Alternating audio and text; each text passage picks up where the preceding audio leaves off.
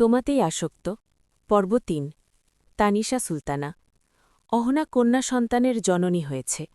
ফোনের স্ক্রিনে এক দৃষ্টিতে তাকিয়ে আছেন আতিয়া বেগম। তার সেই ছোট্ট মেয়ে যে কিনা সর্বক্ষণ মায়ের আঁচল ধরে ঘুরঘুর করত, সেই মেয়েটি মা হয়েছে।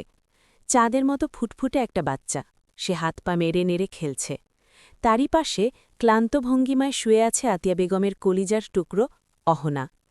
বহু বছর হয়ে গেল মেয়েটাকে সামনে থেকে দেখা হয়, বুকে জড়িয়ে আদর করা হয় না। কলেজে উঠতেই সম্পর্কে জড়িয়েছিল, পরে সুইজারল্যান্ডের বাসিন্দা এক ছেলের সাথে বিয়ে করবে বলে সিদ্ধান্ত নেয়। তার সেই সিদ্ধান্ত হাফিজুর চৌধুরী কিংবা আতিয়া কেউই মেনে নেয় না। অগত্য 18 বছর পেরোতেই সেই ছেলের সাথে পাড়ি জমায় সুইজারল্যান্ড, ভুলে যায় মা এবং দাদাকে। আতিয়া বেগমের দুটো সন্তান, দুজনই তার থেকে বহু বহু মাইল দূরে। মাঝে মধ্যে একটু আধটু ফোনে কথা বলে, এই যাহ। তারও ইচ্ছে করে ছেলেমেয়ে নিয়ে এক ছাদের তলায় বাস করতে, ঘুম থেকে উঠে ছেলেমেয়ের মুখ দেখতে, মা ডাক শুনতে। টুপ করে দুফোঁটা পানি গড়িয়ে পড়ে ফোনের স্ক্রিনে। প্রাণ ভরে দোয়া করতে ভুলে না মেয়ে এবং নাতনিকে। তখনই ফোন বেজে ওঠে আতিয়া বেগমের। কোনখানা রিসিভ করে কানে তুলতেই ভেসে আসে ছেলের গম্ভীর কণ্ঠস্বর। আম্মু, আমি টিকিট পাঠিয়েছি, কাল সকাল 6টায় তোমার ফ্লাইট, আর কোনো কথা শুনতে চাই না আমি। দীর্ঘশ্বাস ফেলে আতিয়া হাতের উল্টো পিঠে চোখের পানি মুছে মলিন স্বরে বলেন, এতিম মেয়েটাকে ফেলে রেখে আমি যেতে পারব না। 3টে মাস অপেক্ষা কর, আদ্রির বাবা দেশে আসুক, কার কাছে মেয়েকে বুঝিয়ে দিয়ে আমি চলে যাব তোদের কাছে। ফাকিং সিম্প্যাথি, বিড়বিড় করে আওড়ায় আবরার এবং বলে, 2টো টিকিট পাঠিয়েছি। একটু অবাক হয় আতিয়া বেগম, তার ছেলে 2টো টিকিট পাঠিয়েছে, ঠিক শুনল? আবরার আদ্রিকে নিতে চাচ্ছে তার কাছে। আদ্রি যেতে না চাইলে কান ধরে টেনে নিয়ে আসবি। ব্যাস, কল কেটে যায়। মৃদু হাসে আতিয়া বেগম। অবশেষে আবরার আর আদ্রি মুখোমুখি হবে। ভার্সিটির মাঠে 3 বান্ধবী এবং এক বন্ধুর সাথে বসে আছে আদ্রি। মনটা তার একদমই ভালো নেই। সর্বক্ষণ ঠোঁটের কোণে হাসি লেগে থাকা আদ্রির মুখটা আজকে মলিন। বকবকের রানী মুখে কুলু পেটে আছে। শুভ ইতোমধ্যেই কয়েকবার আদ্রিকে খুঁচিয়েছে, কি হয়েছে জিজ্ঞেস করতে করতে ক্লান্ত সে। তবু আদ্রিতা মুখ খুলছে না। হাঁটুতে মাথা ঠেকিয়ে দূরে ঘাসের ওপরে খেলতে থাকা অ্যানিকে দেখছে। সে যেখানেই যায় অ্যানিকে সাথে নিয়েই যায়। চৌধুরী বাড়ির কেউই তেমন পছন্দ করে না, সুযোগ খোঁজে ফেলে দেওয়ার। এই আদ্রি, ওই দেখ তোর আসিফ আদনান আসছে আমাদের দিকেই। চট করে মাথা তোলে সে, অনবরত দৃষ্টি ঘুরিয়ে এদিক ওদিক তাকায়।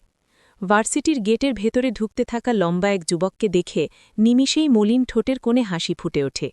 চুলের ভাঁজে হাত ঢুকিয়ে ঠিকঠাক করে নেয়, শুকনো ঢোক গিলে মাশাল্লাহ আওড়ায়।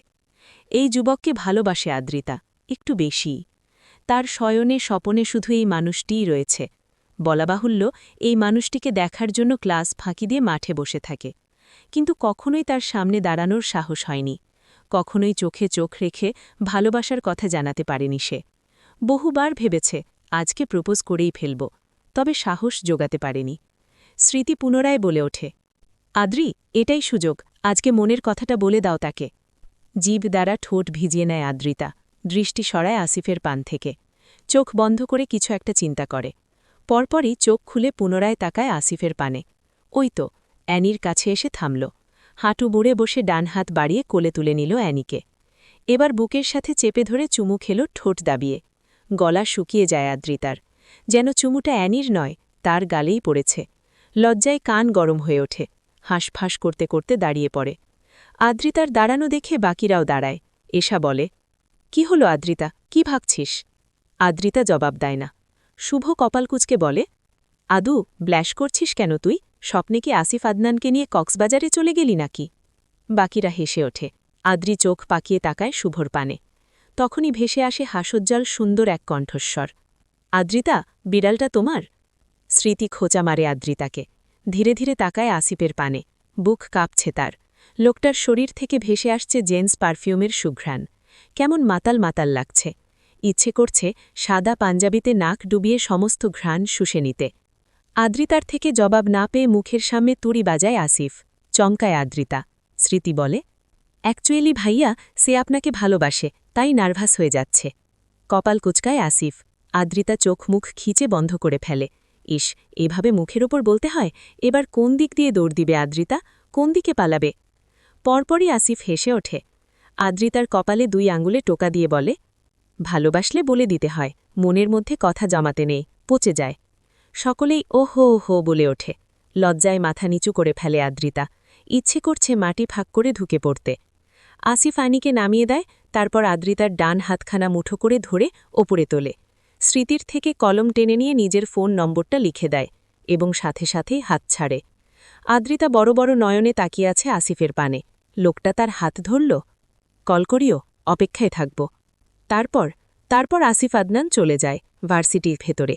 পেছনে রেখে যায় স্তব্ধ হয়ে দাঁড়িয়ে থাকা আদ্রিতার এবং তার বন্ধুদের। এতটাই সহজ, মানে আসিফ আদনানও পছন্দ করত আদ্রিতাকে? বাহ! বাড়ি ফিরে দেখতে পায় আতিয়া বেগম বড় বড় 2টো লাগেজ গুছিয়ে ড্রয়িং রুমে বসে আছেন। দেখতে তাকে বড়ই উদাসীন লাগছে। বড়মা মেঝমা কি মাকে বাড়ি থেকে তাড়িয়ে দিচ্ছে? বুকটা কেঁপে ওঠে আদ্রিতার। চিন্তিত আদ্রিতা অ্যানিকে কোল থেকে নামিয়ে দৌড়ে গিয়ে বসে পড়ে আতিয়া বেগমের পাশে এবং 2 হাতে জড়িয়ে কাঁধে মাথা রেখে শুধায়, মা কোথায় যাচ্ছ? তুমি আমাকে বললে না কেন? আমি যাচ্ছি, আর একটু পরে আসতাম, তাহলে কি আমাকে রেখেই চলে যেতে? আতিয়া বেগম হাসে, আদ্রিতার হাতের ওপর হাত রাখে। তোর জন্যই বসে আছি, তোকে নিয়ে যাব। কোথায়? সুইজারল্যান্ডে। ললাটে ভাঁজ পড়ে আদ্রিতার, ছেড়ে দেয় আতিয়া বেগমকে। কেন, তোমার ছেলের কাছে? অহনার বাবু হয়েছে দেখতে। কতদিন থাকব? 10-15 দিন। সত্যি তো? এখন যা, চট করে জামা পাল্টে আয়। আদ্রিতা উঠে পড়ে। কয়েক পা এগোতেই অ্যানির কথা মনে পড়ে। সে চলে গেলে অ্যানিকে রেখে যাবে কার কাছে? মুহূর্তেই পেছন ঘুরে প্রশ্ন করে, মা, অ্যানি? সেও যাচ্ছে আমাদের সাথে। আদ্রিতার খুশি আর দেখে কে, সে নাচতে নাচতে চলে যায় রুমে। হাতের নম্বরটা খাতায় লিখে ফেলে। তারপর বিছানায় তাকাতেই দেখতে পায় তার জামাকাপড় রাখা সেখানে। মাঝে মধ্যে আদ্রিতার মন পণে আতিয়া বেগমকে কয়েকটা চুমু দিতে। এই মানুষটা এত ভালো কেন? এই যে আদ্রিতার পরনের জামাকাপড়ও ঠিক করে রেখেছে। মনে মনে মাকে 1000বার ভালোবাসি ভালোবাসি বলতে থাকে। তারপরই ওয়াশরুমে ঢুকে পড়ে। মিনিট 10 মতো সময় নিয়ে তৈরি হয়ে নেয় এবং অ্যানিকেও তৈরি করায়। অনবরত বেজে চলেছে কলিং বেল। বিরক্তিতে চোখ মুখ কুঁচকে ফেলে আবরার। মনিটরে চলছে ইংলিশ মুভি। অতি মনোযোগ সহকারে মুভির মজা উপভোগ করছিল। মনিটরে মুভি পজ করে খাট হতে নেমে পড়ে, শক্তপোক্ত হাতে এলোমেলো চুলগুলো ঠিক করতে করতে কক্ষ হতে বের হয়। সিয়াম দরজা খুলে দিয়েছে। একে একে ভেতরে ঢুকে পড়েছে 4 পুরুষ। এরা আবরারের বন্ধু, নিহান, আমান, ইভান, আহাদ। তারা ভেতরে ঢুকে একটুও নীরব নেই। প্রথমেই সিয়ামকে চেংদোলা করে ভরেছে এবং একের পর এক প্রশ্ন করে যাচ্ছে। মূলত প্রশ্নের সঠিক জবাব না পেলে তাকে নামানো হবে না। সিয়াম চিল্লিয়ে ওঠে এবং বলে, আবরারের বোনকে পছন্দ হয়েছে আমার, এবং আবরার শুধুমাত্র আমার জন্য ওর বোনকে সুইজারল্যান্ড আনছে। এই তো, আর 2 ঘণ্টার পরেই ল্যান্ড করবে। সিয়ামকে সোফায় শুইয়ে দেয় ওরা। ঘণ্টাখানেক আগে ওদের চ্যাট গ্রুপে সিয়াম বলেছে, আবরার আমাকে ভীষণ ভালোবাসে। ব্যাস, এইটুকুই। মুহূর্তেই ওরা যে যার কাজ ফেলে ছুটে এসেছে আবরারের বাসায়, রহস্য উদ্ঘাটন করতে। আবরার ওদের কার্যকলাপ সবটাই দেখে, পরপরই হাতঘড়িতে নজর রাখে। 3:04 এয়ারপোর্টের উদ্দেশ্যে এখনই বেরিয়ে পড়তে হবে। লং জার্নি করার অভ্যেস নেই আদ্রিতার, আর প্লেন ভ্রমণ তোই প্রথম। অনেক এক্সাইটেড ছিল, ভেবেছিল মেঘ দেখতে দেখতে পৌঁছে যাবে সুইজারল্যান্ড। কিন্তু গোটা জার্নি ঘুমিয়েই পার করেছে। প্লেন ল্যান্ড করার পরপরই ঘুম ছুটেছে এবং তখন থেকেই আক্ষেপ করছে। লাগেজ হাতে পাওয়ার পরে সেটা সংগ্রহণ করে এগোতেই দেখা মেলে আবরারের। দেখেছেন আতিয়া বেগম। আদ্রিতার সেদিকে খেয়াল নেই, সে ব্যস্ত অ্যানিকে এয়ারপোর্ট দেখাতে। ইসরে অ্যানি, যদি তোর বাবা আসিফ আদনানের সাথে এখানে আসতে পারতাম, তাহলে তোর জন্য নতুন একটা ভাইবোন নিয়ে ফিরতে পারতাম। কথাটা বেশ জোরেই পড়েছে এবং কথা শেষ হবার পর মুহূর্তেই ধাক্কা খায় শক্ত কিছুর সাথে। বিরক্ত আদ্রিতা কপাল কুঁচকে তাকায়, মুহূর্তেই আখি পল্লব বড় বড় হয়ে যায়। এটা কি রে ভাই, এত লম্বা মানুষ হয়, আর এভাবে কেন তাকাচ্ছে? ধাক্কা খেলার বলে? বাপরে বাপ, এমনভাবে তাকিয়েছে যেন আদ্রিতাকে কাঁচা গিলে খাবে, একটুও ঢেকুর তুলবে না। দৈত্য যেন কোনো একটা। শুকনো ঢোক গেলে আদ্রিতা পাশে তাকাতেই দেখতে পায় আতিয়া বেগম দৈত্যের হাত জড়িয়ে কাঁদছে। চতুর আদ্রিতা বুঝে যায় এটাই হচ্ছে আবরার। তাই সে একটু হাসার চেষ্টা করে এক হাত কপালে তুলে স্যালিউট করার ভঙ্গিতে বলে, আসসালামু আলাইকুম, বড় ভাই ভালো আছেন? আমিও ভালো আছি। শরীর ভালো তো? আমারও ভালো। তাহলে চলুন যাই। বলতে বলতে আবরারকে পাশ কাটিয়ে চলে যায়। আবরার বিড়বিড় করে আওড়ায়, আসিফ আদনান।